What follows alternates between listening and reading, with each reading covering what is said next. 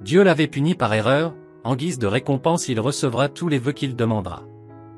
Après avoir fait son vœu, il a été envoyé dans un autre monde, où il pourra faire ce qu'il voulait le plus dans la vie, avoir une vie paisible en tant que fermier. Commençons cette histoire. Un homme avec une canne et une longue barbe se présente comme un dieu à cet esprit. Cet homme sait que la vie de cette personne a été horrible, pleine d'épreuves et qu'elle a fini par mourir d'une maladie incurable.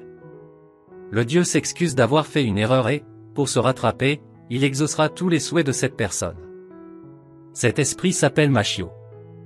Il se souvient que dans sa vie passée, il était entouré de grands immeubles et devait toujours obéir à son patron, il a toujours voulu avoir une vie tranquille à la campagne, récolter des légumes, élever quelques animaux et autre chose. La vie ne lui a apporté que de la misère. On lui a diagnostiqué un cancer en phase terminale et il n'a finalement pas pu réaliser son rêve de devenir agriculteur. Maintenant qu'il a la chance d'avoir une nouvelle vie, il demande de lui donner une chance d'être agriculteur. Comme ce dieu se sentait coupable, il a décidé d'exaucer son souhait et lui a également donné un outil pour l'agriculture. Mashio se réveille et réalise qu'il est revenu à la vie et la meilleure chose est qu'il peut bouger, quand il était à l'hôpital il ne pouvait même pas parler. Maintenant qu'il a un corps sain, il décide de réaliser ses rêves. Il voulait être fermier, élever des animaux et faire beaucoup de choses liées à la campagne. Il semblait beaucoup plus jeune et impatient de travailler, puis il s'est souvenu que Dieu lui avait donné un outil puissant pour l'agriculture. Comme par une sorte de magie, il fit apparaître une houe dans ses mains, cet outil était si facile à utiliser. Dans cette forêt solitaire, il a décidé de chercher un endroit pour rester et dormir, en explorant il a trouvé un arbre gigantesque où il semblait être un bon endroit pour rester. Il sait qu'à un moment donné, il aura besoin de nourriture et d'eau. Comme il n'a pas vu de rivière, il a décidé de creuser sous terre.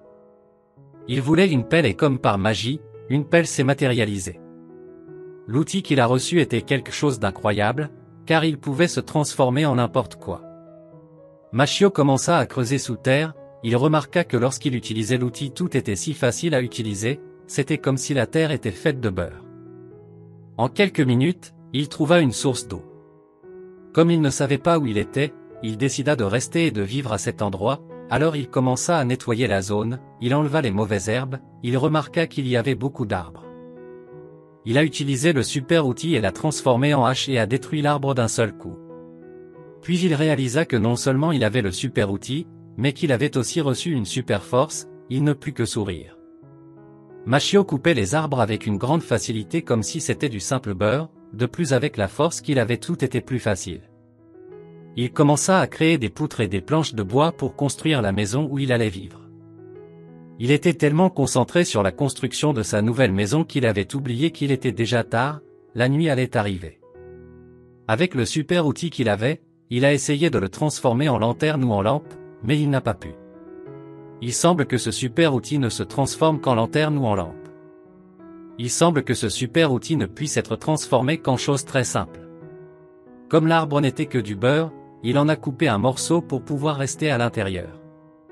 Il profita du clair de lune pour créer quelques assiettes et tasses en bois, regarda le clair de lune et réalisa qu'il y avait deux lunes, concluant qu'il était vraiment dans un autre monde.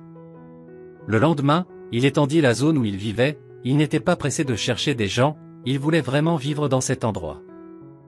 Il a créé une loupe pour créer du feu. Un lapin sauvage est soudainement apparu, Mashio a réussi à se défendre du mieux qu'il a pu. Ce lapin avait une forme étrange, mais il décida de le manger.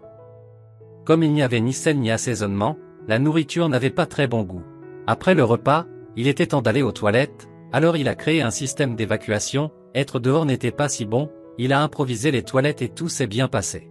Comme il avait l'intention de rester ici pour vivre, il a commencé à labourer la terre pour la rendre fertile, pendant qu'il travaillait il imaginait s'il allait récolter de bons légumes, à la fin de la journée il a terminé, mais il s'est rendu compte qu'il n'avait pas du tout de graines. C'était la fin de la journée. Le lendemain, quelques petites pousses étaient sorties de terre, il ne comprend pas ce qui s'est passé, car il n'en a pas planté. Quelque chose d'étrange se passait dans ce champ de culture qu'il a fait, elle semblait pousser rapidement. Maintenant, le travail suivant, il peut imaginer que des lapins ou des monstres étranges viendraient dans sa culture, alors il décide de créer une barrière.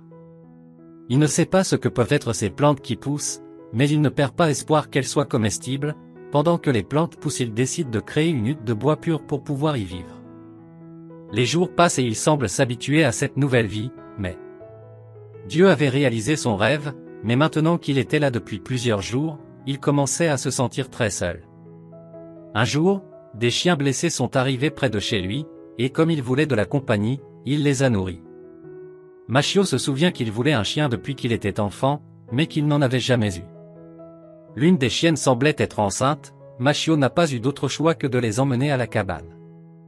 Il a essayé d'aider à quelque chose, mais ne savait pas quoi faire, il a décidé de laisser faire la nature et s'est endormi. Le lendemain, Machio est allé voir les chiens et a été agréablement surpris de constater que de magnifiques chiots étaient nés. Il n'a pas forcé les chiens à rester, car ils étaient sauvages. Mais il semble qu'ils se soient habitués à être avec lui. Et ainsi de suite, les jours passèrent, la croissance des légumes était très rapide. Les plantes qui poussaient étaient comestibles, ou plutôt c'étaient les légumes qu'il mangeait toujours. Il avait beaucoup de projets à faire, il avait besoin d'une autre cabane pour stocker les légumes, il fallait fabriquer des meubles et d'autres outils. Il n'était pas pressé car il pouvait le faire lentement et tranquillement. Dieu regardait comment ce garçon se débrouillait, et il se rendait compte qu'il l'avait envoyé dans un endroit rempli de monstres puissants et dangereux, il espérait seulement qu'il lui pardonnerait parce qu'il avait encore fait une erreur. Machio s'est rendu compte que lorsqu'il labourait la terre et qu'il pensait à ce qu'il aimerait y faire pousser, d'une manière magique, la graine y était déjà. De plus, toute la récolte qu'il a plantée a poussé rapidement en moins de 14 jours. Il menait une vie tranquille dont il avait toujours rêvé, mais la seule chose qu'il n'aimait pas était qu'il n'y avait pas de sel, la nourriture n'avait pas aussi bon goût.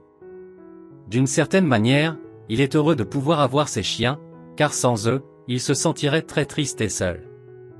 Les chiens ne lui tenaient pas seulement compagnie, mais ils étaient aussi bons pour explorer et faire bien d'autres choses, même s'ils avaient l'air différents de l'autre monde. Après avoir exploré pendant de nombreux jours, il a pu trouver une rivière où il y avait beaucoup d'eau, il a fait un chemin pour se rendre à la rivière plus facilement, mais le chemin n'était pas si sûr et il a fini par avoir un accident. Il a agrandi la zone pour faire pousser plus de cultures pour le maïs, le blé et d'autres légumes ou fruits. Il ne sait pas combien de temps il est resté dans cette forêt, mais il commençait à faire froid. Il garde donc la plupart des légumes et du bois au cas où il y aurait un hiver. Un jour, un visiteur est arrivé, c'était une araignée d'une forme très étrange. Il semble que l'araignée était amicale, elle pouvait aussi créer des toiles. Machio la laissa rester dans l'arbre gigantesque, il semble que l'araignée était intelligente. Machio a échangé de la nourriture contre des vêtements tissés avec l'araignée. Maintenant qu'il pouvait supporter le froid, il profita de ce nouvel invité pour créer un lit et bien d'autres choses. Peu après l'hiver arriva, il n'y avait que de la neige partout. Machio était abrité à l'intérieur de la cabane et les chiens semblaient s'être habitués au froid. Maintenant qu'il n'était plus occupé, il commençait à se sentir seul, il n'avait pu parler à personne depuis longtemps, il sentait qu'il avait besoin de parler à une personne. En un clin d'œil, de nombreuses semaines ont passé et l'hiver est terminé. De plus, les petits chiots avaient grandi, ils avaient quitté la meute et étaient partis dans la forêt. Quelques jours plus tard, ces chiens étaient de retour, ils étaient partis à la recherche de leurs compagnons respectifs. De plus, l'araignée avait sa propre progéniture. Maintenant la communauté s'était agrandie, il commençait à se sentir jaloux, il se demandait s'il allait rester seul. Quand il a soudainement reçu le signal de l'araignée, quelqu'un de puissant était près de la zone. Machio est allé rapidement voir quel était le danger. Ce qu'il a vu, c'est une belle femme, qui a fait battre son cœur. Cette femme avait été acculée par des chiens et des araignées. Elle a demandé de l'aide de la manière la plus tendre qui soit. Machio l'a aidé du mieux qu'il a pu et lui a donné son manteau. Cette fille sourit et entreprend rapidement de lui mordre le cou, elle était un vampire. Elle avait retrouvé ses pouvoirs. Les chiens et les araignées ont défendu Machio et ont battu la femme à plate couture. Machio demande pourquoi elle a sucé son sang, elle explique qu'elle a besoin de sang pour retrouver son énergie. Il lui demande pourquoi elle a combattu les chiens, elle répond qu'elle pensait pouvoir les battre facilement. Machio se rend compte qu'elle n'est pas mauvaise, elle a juste l'air un peu bête, alors il lui permet de sucer un peu de son sang. Elle avait retrouvé son énergie et avait même grandi de quelques centimètres, elle s'appelle Lucie. Ils arrivent au jardin que Machio cultive, elle est surprise qu'il ait toutes sortes de légumes, comme un acte de chevalerie, il lui invite une tomate à manger. Elle mord dedans et est surprise, elle n'avait jamais goûté à ce genre de nourriture savoureuse, cette tomate était très juteuse. Machio lui montre les différentes plantes qu'il cultive, elle était si heureuse de connaître ces différentes plantes comestibles, elle avait un sourire très heureux sur son visage. Machio est heureux de voir ce sourire. La nuit est venue, elle note toutes les plantes qu'elle a vues, elle a utilisé la magie pour pouvoir écrire les utilités de ces plantes. Lucie dit qu'elle se consacre à la recherche de plantes médicinales, elle a eu un conflit avec un noble qui voulait lui voler ses recherches, elle n'a donc pas eu d'autre choix que de fuir, et c'est en fuyant qu'elle est arrivée dans cette forêt. Elle est surprise de voir qu'il y a tellement de plantes comestibles différentes qu'il lui faudra beaucoup de temps pour les rechercher toutes, et elle n'arrive pas à croire qu'il a un outil magique, c'était incroyable pour elle.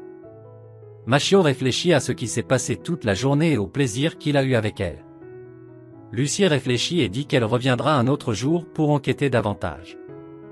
Il avait entendu ces mots, il ne voulait pas rester seul, il lui demande de rester et de vivre avec lui. Elle répond qu'elle serait heureuse d'avoir une chambre pour ses recherches. Machio la regarde dans les yeux et lui demande de vivre avec lui pour toujours. De toute évidence, il s'agissait d'une invitation à former un couple. Elle tente d'expliquer qu'elle a beaucoup de problèmes avec la loi, qu'elle est un vampire, mais rien de tout cela n'importe à Machio, il explique qu'il vit seul depuis longtemps et qu'il ne sait pas s'il pourra le supporter. C'était très soudain pour elle, elle a essayé de comprendre cette personne. Elle a donc accepté, il n'avait pas l'air d'un mauvais garçon, elle a donc accepté la proposition. Bien qu'elle ait demandé à mieux se connaître. Le lendemain, Machio travaillait plus vif que jamais, Lucie l'a salué en lui disant bonjour. Cette simple salutation l'a rendu très heureux. À partir de maintenant, ils ont commencé à vivre ensemble, elle a appris à cultiver des plantes médicinales et bien d'autres choses. Depuis que Lucie est arrivée dans cet endroit, elle a été d'une grande aide, elle avait de la magie pour éclairer les endroits sombres. Quand ils ont mangé, elle a remarqué qu'il n'y avait pas de sel dans la nourriture, Machio explique qu'il ne sait pas où il se trouve. Elle lui explique que le sel était au bord de la terre. Il avait du sel en vue tout le temps, il ne l'avait simplement pas remarqué. Ils ont passé de nombreux jours à cultiver et à récolter des plantes. Quand soudain l'alarme de l'araignée a sonné, il y avait un autre danger. Une autre belle femme avait été capturée par les animaux, cette fille était venue chercher Lucie. Elles se réunissent toutes pour parler, Lia n'arrive pas à croire que la personne qu'elle recherche se cache dans cette forêt. Lia demande qui est ce garçon, Lucie répond qu'il est son mari, elle le dit très embarrassée. Lucie explique que Lia est une guerrière très puissante qui était connue pour ses combats, il lui demande donc pourquoi elle s'intéresse à la recherche du vampire. Elle explique que Lucie est mise à prix, car elle a détruit un laboratoire très important. Elle se justifie en disant que le noble l'avait forcée à créer des médicaments et des drogues, alors elle s'est enfuie et a fini par arriver dans cette forêt. Comme les deux filles se connaissent déjà, Lucie l'invitait à rester et à vivre ici. Elle fait le tour des champs et goûte différents fruits, Lia est heureuse de pouvoir manger ces aliments délicieux. À la fin, elle a aidé à récolter de nombreux légumes et fruits, pendant la nuit elle ne pouvait s'empêcher de manger, les fraises étaient ses préférées. Lia a dit qu'elle resterait quelques jours. Pendant tous les jours suivants, Lia était heureuse de pouvoir manger les délices que Machio produisait, mais elle sentait qu'il y avait un manque de main-d'œuvre. Un jour, elle a dit au revoir en disant qu'elle reviendrait bientôt, quelques jours plus tard elle est revenue. Elle était revenue avec un groupe de filles, c'étaient des elfes. Il y a longtemps, elle vivait dans un village au nord, pendant la guerre contre les humains, elles ont été dépouillées de leur territoire et sans endroit où rester. Ils ont parcouru le monde entier à la recherche d'un endroit où rester. Ils demandent à rester dans cet endroit, ils demandent de l'aide. Lia explique qu'ils sont de bons travailleurs, comme ils étaient nomades, ils étaient assez forts pour survivre par eux-mêmes. Lucie observe qu'ils ont l'air très jeunes, mais les elfes expliquent que la plupart d'entre eux ont plus de 300 ans. Machio comprend que ces femmes ont dû beaucoup souffrir de la solitude et leur permet de rester. Cet endroit était en train de devenir un village. Comme il y avait plus de gens avec qui vivre, ils ont décidé de faire une nouvelle maison pour ces nouveaux arrivants, ils étaient très obéissants et travailleurs. Pendant que Machio coupait les arbres avec facilité, les filles construisaient la maison. L'effort de travailler pendant 10 jours en valait la peine, car à la fin elles ont réussi à construire une maison plus grande que celle du protagoniste. La conception de la maison était différente de ce que j'avais vu dans l'autre monde. Comme ces filles avaient vécu pendant de nombreuses années, elles avaient suffisamment d'intelligence pour créer une maison totalement sûre et bien conçue. La maison qui se formait ici était sûre et on pouvait y sentir la paix. Au cours des jours suivants, les nouvelles filles ont aidé à la récolte des légumes et des fruits. Maintenant, la charge de travail de Lucie et Lia avait diminué. La seule chose étrange qu'il vit fut que les elfes mangeaient de l'ail cru. La chef des elfes explique qu'elle aimerait faire de l'extraction minière afin de construire des outils en fer. Plus tard, ces filles ont créé un fourneau, capable de faire fondre le sable de fer, et avec leurs compétences, elles ont créé des casseroles et d'autres outils. Les filles expliquent que maintenant qu'elles se sont installées dans cette région, il ne leur reste plus qu'à se reproduire. Machio fait la folle et part. Avec l'arrivée des filles elfes, elles ont apporté beaucoup de connaissances. Maintenant, ils mangent même du pain de blé. Machio était curieux de savoir à qui appartenait cette zone, il peut imaginer que cette forêt appartient à quelque aristocrate. Lucie lui explique que cette forêt n'a pas de propriétaire, car il est très dangereux de pénétrer dans cette zone. Elle le prend par la main et lui explique qu'il ne doit pas avoir peur, cet endroit lui appartient, car c'est lui qui a construit ce village. Dans les jours qui suivent, il crée une ruche, un système d'aqueduc et bien d'autres choses. Le travail était presque sans fin, il y avait toujours quelque chose à faire, essayer de nouveaux aliments, faire des bains thermaux, entre autres choses. Après plusieurs mois, d'autres elfes sont arrivés, dispersés dans le monde entier. Le chef des filles présente les nouveaux arrivants à Machio, il sait qu'ils sont très travailleurs et enthousiastes, il leur dit qu'ils peuvent rester au village. Ces filles sont non seulement heureuses d'avoir un endroit où loger, mais aussi de pouvoir avoir des enfants en toute tranquillité. Machio lui-même se demande avec qui ces filles vont se reproduire, car il était le seul homme du village.